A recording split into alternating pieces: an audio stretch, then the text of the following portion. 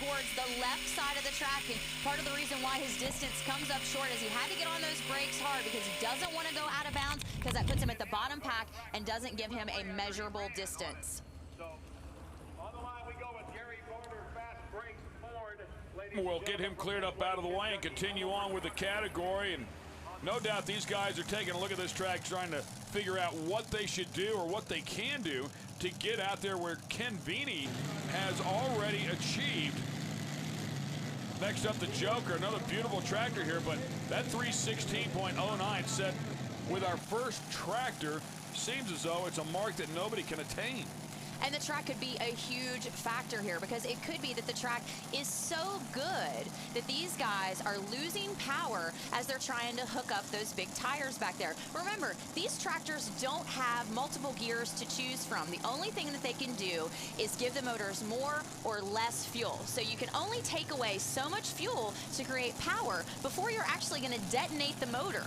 So they don't have a lot of changes that they can make. And as the track gets better, they can only kind of cross their fingers and rely on their expertise and their driving style and their knowledge of the track from prior years' experience to help them get on down there. We'll find out what the Joker has inside of this one.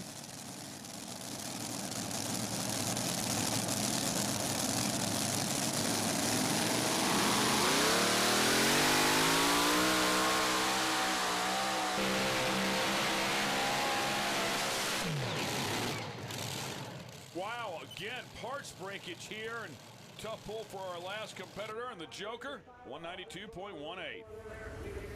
No steering. That steering rod broke right there. I think he actually has some more issues than that as well, unless, of course, he felt the steering brake and then immediately got out of the throttle, but that thing shut down awfully quick. These guys do have independent rear brakes where they could continue to steer, but a lot of times if a driver feels that they've got any kind of breakage, they'll get out of it right away. Guys, he has no steering.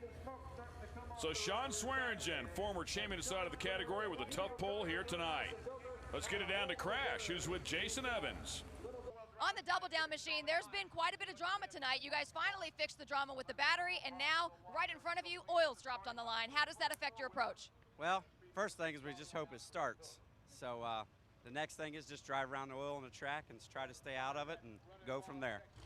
It's at a position where it's pretty much going to be behind you the whole run. But then again, things can change as you go and line up. Yep, it sure can. Change every foot on that track. So looks like it's a good track out there, about 150 feet. Hopefully it hooks in and goes down the track. Well, everybody's struggled out here as of lately anyways. As long as he rides the brake, y'all be all right. Nice and easy, partner. And of course, he's talking about riding the brake so he can steer it, because obviously you can't use the steering wheel to steer it. We'll get Sean out of the way there with the Joker, and no doubt he'll get that one fixed up and ready for the next pull. The Joker started to oil down the track about the 150 to 200 foot mark. And if John Evans can stay out of that oil slick, he's got a great chance of hooking the tractor up hard into the track and propelling himself down there to get towards that mark set by the Funny Farmall. Now, John Evans has a lot of experience in racing, particularly drag racing, and he can transfer some of that knowledge over to tractor pulling. Well, I started out drag racing, and it's lots of reaction time in drag racing, and the car needs to be consistent for the type of racing they have these days. But tractor pulling is basically kind of the same thing. You got to have a good smooth takeoff and try to get the tractor hooked in, and it's the same thing in drag racing. You need to get your vehicle hooked in and know, after driving these things for so long, you get to know. You feel when the tractor gets hooked in, you can feel that, and it's the same way in drag racing. You can feel when it gets hooked in.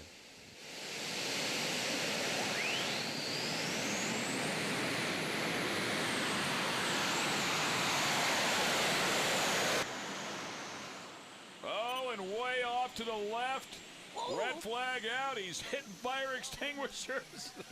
Stick with it, baby. Stick with it. Put on a show.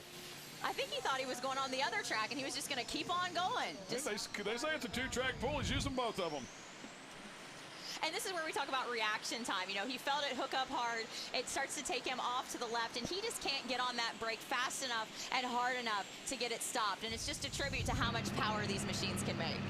Pretty wild ride, to say the least. see John very disappointed with his effort there. You know, he may be a mild-mannered guy and look very, very reserved, but he does have the heart of a champion. He is very competitive out there on the track. There is the results from your Rockstar Energy Drink, super modified tractors, and the Funny Farm All. Congratulations to Ken Vini. He's off to a great start here in 2010. You know, boy, if he can take this momentum and keep himself going, you know, we may look at a new champion at the end of the season. He was so close there a couple years ago. Find out if he can find the magic in 2010. And of course, Bill Leichner with that new combination is in second place in the points with his Rockstar Energy Drink Dirt Slinger. It's funny how things work out. A situation here, you going first in the class, we thought would be a disadvantage. Lo and behold, you take the win. Ken, congratulations. Well, we definitely didn't want to be the test hook because they had to do some work to the track and we had no idea how it was going to work out. And I'm not a really experienced puller like some of the guys, Bill Leichner and some of the other guys, but I just had to drive it a little different. And when I got to the end, I could have turned that down, but I felt that the tractor felt good, it worked good, it just carried the front end a little bit, pulled hard. I just said, I'll take it. I think 316 was going to be hard to beat. And obviously, it was. Well, don't go anywhere. Up next will be the Smokers. Big horsepower out of the Pro Stock tractors. The Lucas Oil Motorsports Hour is brought to you by Speedco, truck lube and tires.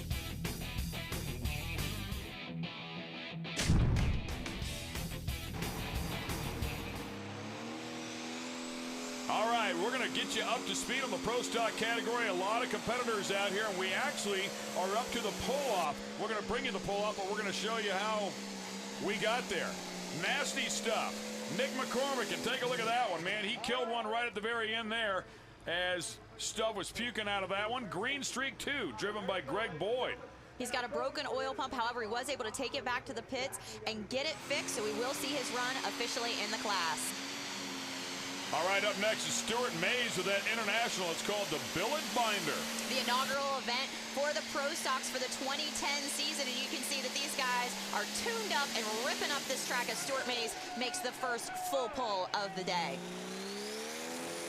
All right, Kevin Masterson, one of the big pulling families out here. A lot of rivalries between some of these families. His tractor called the River Rat, of course, that beautiful John Deere. That motor popping and pulling down right at the end. He barely misses, making that 320 mark for the full pull. The Green Line Express, Dennis Borson. And Dennis also would go out past the full pull mark at 325.01 to earn his way into the pull-off way over there by the left side of the track. Man, you gotta love that big, beautiful black diesel smoke, man. And like the fans really love it too. There's nothing better than just seeing the effects of the horsepower inside the engine. This is the Green Streak driven by Steve Boyd, not to be confused with the Green Streak 2, who is driven by Greg Boyd. 328.80, and of course, former champion inside of the category, he makes the pull-off easily. Rodney Schnicker's Meltdown, the International, trying to forge its way into the pull-off, and again will fall just short at 313 and 49. Love these tractors in this category. They actually look like farm tractors. It's pretty amazing. Up next will be the Hurricane Alice, driven by Travis Duman. One of the only ATCOs inside of the category, and you said they look like farm tractors. The only thing on these that are farm tractors are the sheet metals. Everything else, aftermarket performance parts. Absolutely. Contents under pressure, and yes, they are, to say the least. Troy Schradel, the driver of this particular John Deere, and he will also make a good pull here and get himself into that pull-off. Former champion in the Super Farm category, moved on up to play with the big boys in the 10 Pros. Yeah, when you say that, I mean, we're talking about quite a step up. These are expensive machines at some $250,000. A nice flame out of the pipe there on the tractor that's owned by Don Masterson, who is the father of Kevin Masterson we saw earlier, but driven here by Dennis Miller. And you can see that the Tinker Toy reaps the rewards of a team of tractors using the information from the River Rat to put it in the pull-off. Well, we saw Greg Boyd a little bit earlier. Unfortunately, had a broken oil pump. They were able to fix that. He comes back out here with a Green Streak 2, and the full pull mark is 320 feet. He goes 320.06. Talk about skinnying into the pull-off. Hey, 6/100 of a foot. That's all it takes. You just have to get past 320 by a little bit to put yourself in there for the full pull. After the initial pull, this is what the standings were like. And as you can see, the top 7 tractors here in the category all made the pull off. So it's going to be a good one. It'll be interesting to see what the officials decide to do with the sled, whether they're going to heavy it up or they're just going to let these bad boys run on out there and see how far they can drag that heavy boat. And as you can see, you talked about this being the inaugural pull for the Pro Stockers. Some 24 machines out here competing right off the bat. So looks like it's going to be a great year for the Lucas Oil Pro Pulling League and the Pro Stock category. When we come back, we'll kick off the pull-off in the Pro Stock category. Who's going to take home the first win of the season? The Lucas Oil Motorsports Hour is brought to you by Dart Machinery.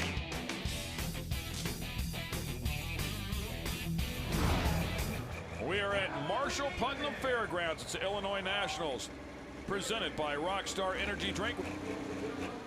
We're in the Pro Stock category, and this is the pull-off. We'll get it down there to Crash for an update to find out if they change anything on the sled. Did they load that thing up, Crash? In the Pro Stock class, no changes to the sled, and according to Stuart Mays, no changes to his International Red tractor either. It is a full-on battle of the Red Internationals and the Green John Deeres. How about that AGCO? The Hurricane Alice, a force to be reckoned with. You know, most of our Pro Stock pullers from the Midwest, they're from out in the middle of Kansas. And, you know, everybody kind of wants to turn a blind eye to the big white machine, but it is a force to be reckoned with here inside the category, just like this tough billet binder. Not too many internationals in the field, a lot of John Deeres, but the billet binder will set the mark to beat at 322.96 and a very good mark.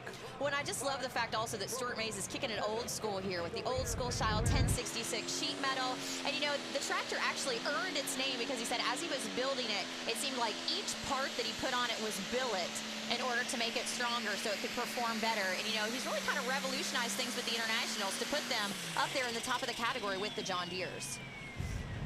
Another good look at it there, and we'll find out if that mark is good enough to stand. 6 more tough tractors will come out here and try to surpass that 322 mark. Once again, they'll get that sled back there and re-groom the track. Of course, fans having a great time as well. And the fans intently watching that starting line. Earlier in the day, when the class was running, it seemed like all of the tractors that made it into the pull-off started from the exact same point on the starting line. So these guys could be building a road down here. They could take a lesson from Stuart Mays and that billet binder and run right in his tracks and try to pound down that dirt in the track, bring that moisture up, and they can extend their distance at the end by finding some fresh dirt on that road out there on the track. We'll have to see what Dennis Borson does here with the Green Line Express. Again, another beautiful tractor here. This obviously the John Deere and simulated bullet holes in the rear fender. And these guys take a beating. They are not easy on these machines. And of course, you can see that when you check out that big stovepipe on top. Now it's puffing white smoke right now, but you're going to see a little bit of flame come out of that stack right before they leave the line. And that's right when the water turns on, it's going to put out that flame. So they actually have fire inside of the engine that they're putting out when they turn on the water injection. Not easy on these machines when you think about you're setting them on fire each time you go down the track.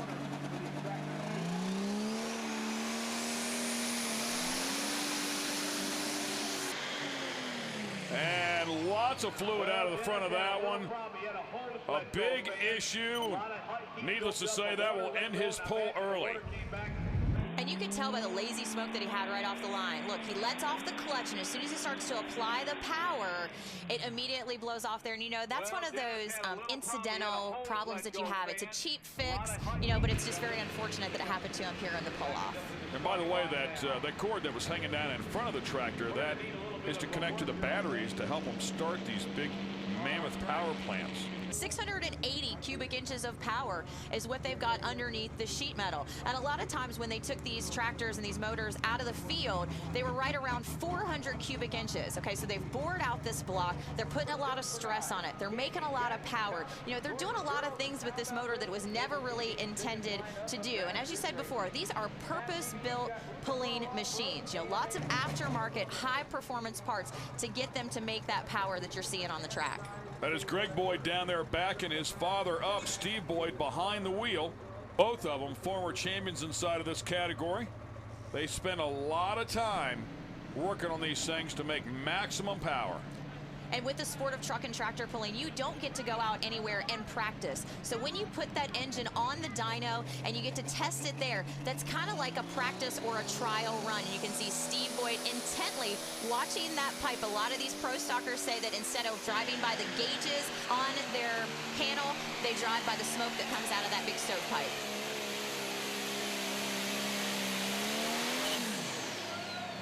Well, it looks like he laid up a little bit early. I think there was some left in it, but 3:45. What an incredible job here.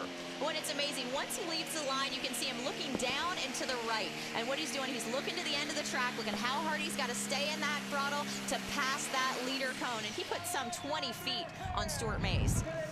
What an excellent job there for Steve Boyd. That's how you come out here and get it done, sending a message to the rest of the field. The Boyds are always tough, and there's yet another one inside of the category. We'll find out how he does in a few moments. The Lucas Oil Motorsports Hour is brought to you by K&N, the world's best air filter. Rockstar Energy Drink, party like a rock star. And by Lucas Oil Products, made in America, sold to the world. The Lucas Oil Motorsports Hour is brought to you by Canada, all natural pet foods.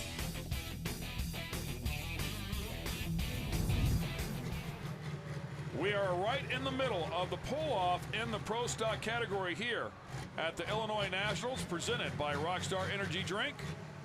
Next up, the AGCO, which was the leader at the end of our initial poll here for the category. Don't count the Hurricane Alice out. And you can bet that these guys are going to keep the same gear selection and settings that they used the first time out. We've heard that the sled has remained the same, so they're going to rely on that good information from their first pass down the track and hope that the track hasn't changed too much and the air temperature conditions haven't changed so that they can get that great performance that they had initially. Travis Doman of the Doman Farms, and picking the right gear right there. Yeah, just a beautiful machine. Usually these guys have somewhere between 3 and 5 gears to choose from. And why that doesn't seem like it's a lot, one gear up or down can make a huge difference. Green flag, the track is green, so it's all up to Travis now.